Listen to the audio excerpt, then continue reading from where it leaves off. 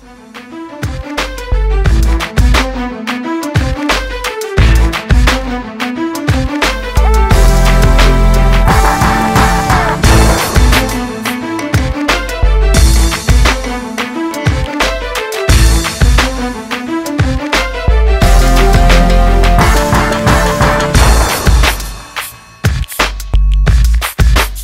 first thing to recognize as a player is, what are your monsters?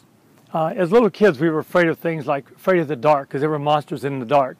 And we defeated the monsters there by turning on the lights, getting under the blanket, getting a hug from our parents. When you're in the field of sports performance, there are no lights to turn off, there are no blankets around, and parents can't really hug you on the court. So we have to find ways to defeat these monsters. And a lot of it comes through knowledge, repetition, and practice. The first step is to recognize who the monsters are. Are you afraid of the score, like being down in an embarrassing situation about being love 5? How does it make you think like? Being aware of who you're playing and what their ranking happens to be, or embarrassing yourself by how badly you're playing that day when you know you should be able to play better. So the first step in defeating a monster is recognizing what the monster is or who he is. So we're going to look at who, what, where, when, and why, the 5 W's today. Who's the monster? Okay, it's your opponent. Sometimes it's yourself, because you're defeating yourself. So sometimes it's me, sometimes the opponent. Okay, who, what is it? It can be the score, your technique, your strategy, all the things that interrupt your performance at critical moments. Even prior to performance, the anticipation of, uh-oh, I have a tough match today, can be very distracting or mentally unfocusing when you play. So we've created a series called Defeating the Monsters in Your Mind, and it's a workbook that allows you to kind of go through and assess what the monsters are, how you defeat them, and steps. We have internal thoughts that distract us when we play. Example of internal thoughts would be like, how much power I should play, what shot should I choose, how to anticipate a shot, the placement of the ball, the technique for the shot, or my goals. And we've done a lot of those things with our super coach about how to hit the shot, where to hit the ball. There's also external distractions. My opponent, the score, money. Either I'm playing for money, or I'm concerned about how much money my parents have put into my game and how am I meeting their expectations as well. My equipment, my racket, is it properly strung for the way I'm going to play today, or the type of opponent I've got? Did I fix my grip? Are my shoes in good shape? Do I have the clothing on that's going to let me feel comfortable on the court? Because so much of the game is more about feeling when you play. How does it feel to be confident when you play out there? The weather, and of course the crowd, whether it's a home match or an away match. We've also given you 10 suggestions about things you can do to cope with the monsters. For example, the most important probably is just breathing. When you breathe very shallow or nervous, you panic. Your brain says, there's not enough oxygen coming in here, I'm in trouble. Like if you're swimming underwater and you're holding your breath, at some point you realize I need to breathe. And you come up and you breathe very short and shallow and you gasp for air. Well, on the court, you do the same thing. You play very competitively, and oftentimes you're actually holding your breath. So good coaches will help show you how to breathe when you hit, so you maintain the correct oxygen intake and recover really fast when you play. If you watch basketball players before they shoot, they bounce the ball, deep breath, and then they shoot. A tennis player coming up to serve will bounce the ball, deep breath again to get focused and relaxed. Your body has to go to a relaxed level. Say on a scale of 1 to 5. If you're a 5, you're very tight. Most performances are done well at level 2 or 3. So even as a coach, we say, okay, Thomas, what was your attention level? Were you at 5 or 4 or 3 or 2? And he said, I was at 2. I said, great, that's really relaxed. You're going to perform very naturally at that level. Positive self-talk.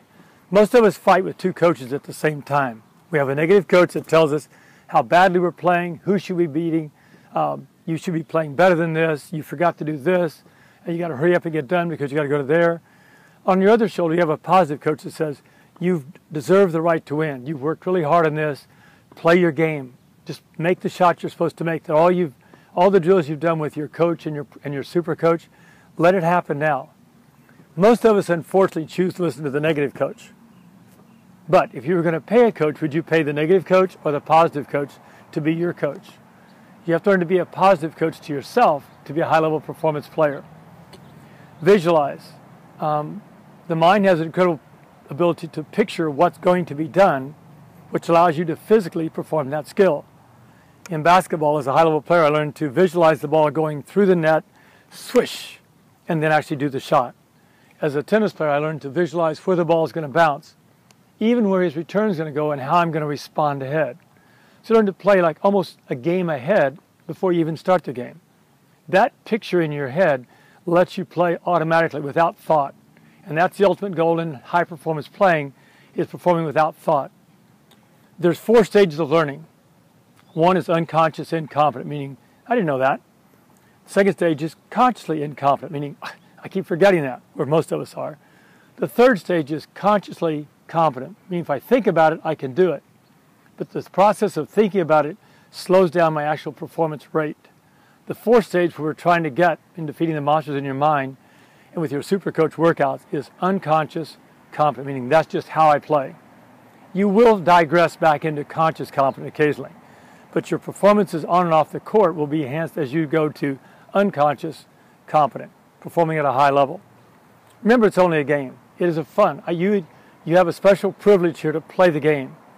And what I like most about the players on the tour today, like Federer, Nadal, and Djokovic, they can play a 4-hour, super competitive match, walk off the court, give each other a good slap on the back, and then turn right into the camera and say, how was the match?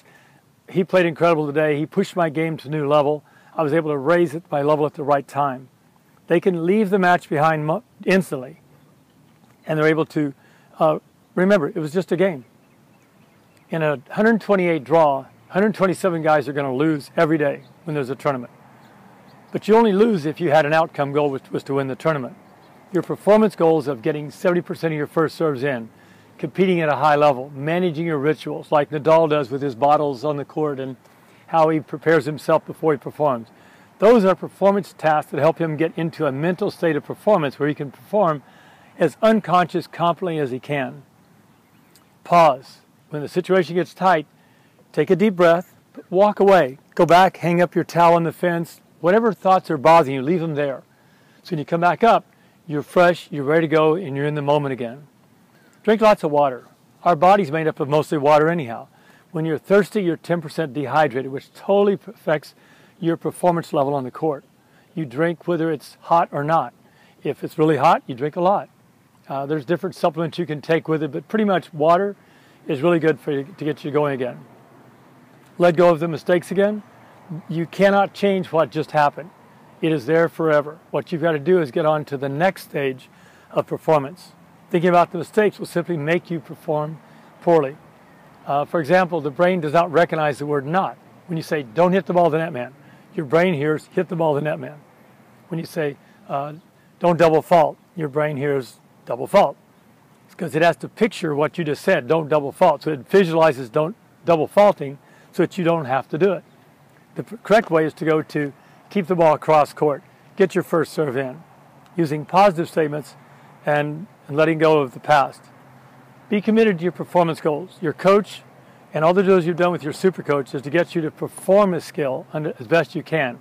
You can't control how your opponent's going to play. He might have an incredible day and you're having an average day, but you might have an incredible day too. Or you could turn it around. What's unique about tennis scoring is at halftime, after the first set's over, it's back to 0 again. In basketball and football, at halftime, you're still behind or you're still ahead. In tennis, you get to start all over again. So there's a break there that makes the scoring system in tennis quite unique. Be committed. Listen. Notice what's going on. Be aware of what's happening to you as you play.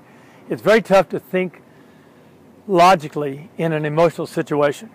The good players can stop the emotions, think logically on what they've worked on in their drills with the super coach and with their personal coach, and go back and perform those goals correctly.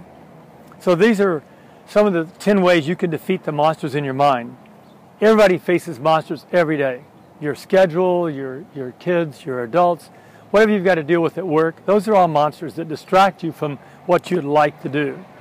How you choose to handle these battles will decide if you're a mentally tough competitor and if you're able to defeat the monsters in your mind. We're going to take a more in-depth look at the 5 ways to recognize the monsters and the 5 ways to defeat the monsters in our series as we go along.